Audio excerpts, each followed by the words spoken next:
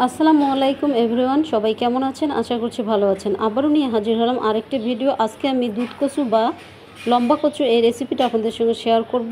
এই কচুটা কিন্তু এতটাই মজাদার হয় যে গরম ভাতের সাথে কিন্তু সেই জমে যায়। দেখুন, লম্বা কচুটা আমি এভাবে টুকরো টুকরো করে একদম আমি কিন্তু ছিলে নিয়েছি, তারপর এভাবে টুকরো করে কেটে নিয়েছি।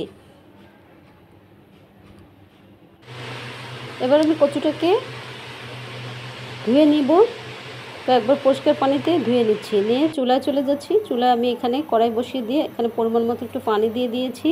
দিয়ে এবার আমি কচুগুলোকে এর মধ্যে দিয়ে দিচ্ছি।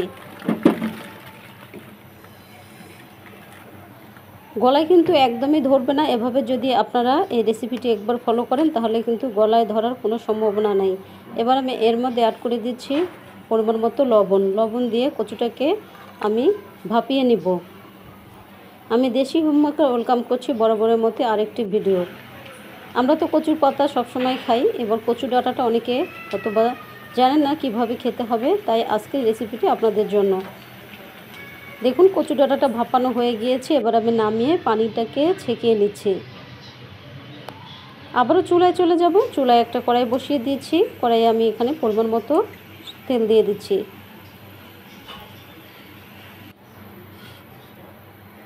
অ্যাড করে দিচ্ছি আমি এখানে পেঁয়াজ কুচি।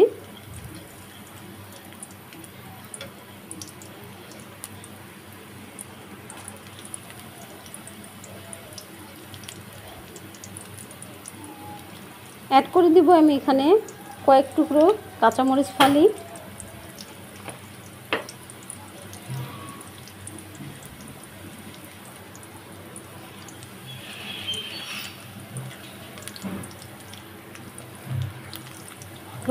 রসুনের কোয়া দিয়ে দিচ্ছি কয়েক টুকরো। এবার আমি পেঁয়াজটাকে একটু ব্রাউন কালার হওয়া পর্যন্ত ভেজে নিচ্ছি।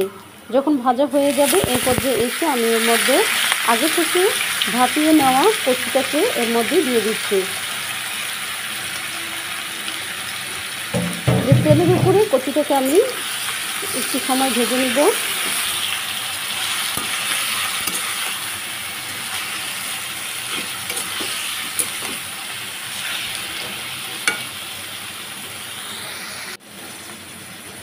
এবার আমি এর মধ্যে দিয়ে দিচ্ছি, আমি কিন্তু এর মধ্যে একটু বাটা মশলা ইউজ করেছি। এখানে আমি কাঁচামরিচ বেটে দিয়েছি। আবারও পরিমাণ মতো লবণ দিয়ে দিচ্ছি। লবণটা পরিমাণে কমই দিতে হবে। দিয়ে দিচ্ছি হলুদের গুঁড়ো পরিমাণ মতো।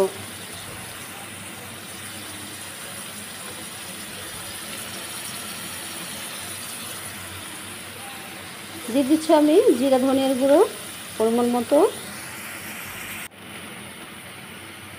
দিয়ে আমি আবারও কচুটাকে কিছু সময় আমি কষিয়ে নিয়েছি। আমি কিন্তু কোনো পানি এখন ইউজ করিনি। কচু থেকে যে পানিটা বের হবে এই পানি দিয়েই কিন্তু আমি রান্নাটা করে ফেলবো। দেখুন, একদম পানিটা শুকিয়ে এসেছে এবং কচুটাও একদম পুরোপুরি রান্না হয়ে গিয়েছে। এবার আমি একটা সার্ভিং ডিশে নামিয়ে পরিবেশন করব। দেখুন কতটা মজাদার এবং সুস্বাদু এই কচুর ডাঁটা রেসিপিটি। অবশ্যই একবার হলেও বাসায় ট্রাই করবেন। যদি ভালো লেগে যায় তাহলে দেশি হোমমেকার আমার চ্যানেলের পাশে থেকে যাবেন। আজ এখানে শেষ করব। সে পর্যন্ত আপনাদের সুস্বাস্থ্য কামনা করছি। আল্লাহ হাফেজ সবাইকে।